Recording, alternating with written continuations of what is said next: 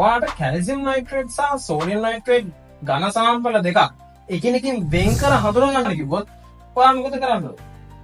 මූලික දේ තමයි තාප වියෝජන ක්‍රමයෙන් මේ දෙක හඳුනා ගන්න පුළුවන්. කැල්සියම් නයිට්‍රේට් කියන්නේ දෙවන කාණ්ඩයේ නයිට්‍රේට් දෙවන කාණ්ඩයේ නයිට්‍රේට් තාප වියෝජනය වෙලා ඔක්සයිඩයයි NO2 වායුවයි O2 වායුවයි හදනවා. විශේෂත්වයෙන් තමයි මේ NO2 දුමුරු පාට. ඒ වගේම සෝඩියම් නයිට්‍රේට් කියන්නේ ලිතියම් හැර පළමු කාණ්ඩයේ පවතින නයිට්‍රේට් එකක්.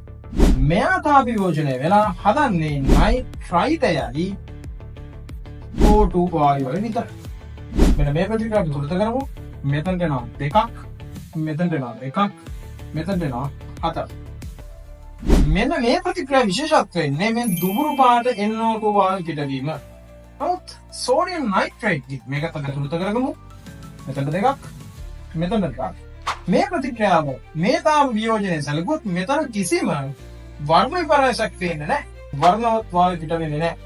මෙතන මතක තියාගන්න වර්ණවත් වායු පිට වෙනවා. එහෙනම් මතක තියාගන්න වර්ණවත් වායු පිට වීමක් සහිතව තාප වියෝජනය වෙලා තියෙන්නේ කැල්සියම් නයිට්‍රේට්. ඒකෙන් සෝඩියම් නයිට්‍රේට් සහ කැල්සියම් නයිට්‍රේට් දෙන්නා වෙන වෙනම හඳුනගන්න පුළුවන්.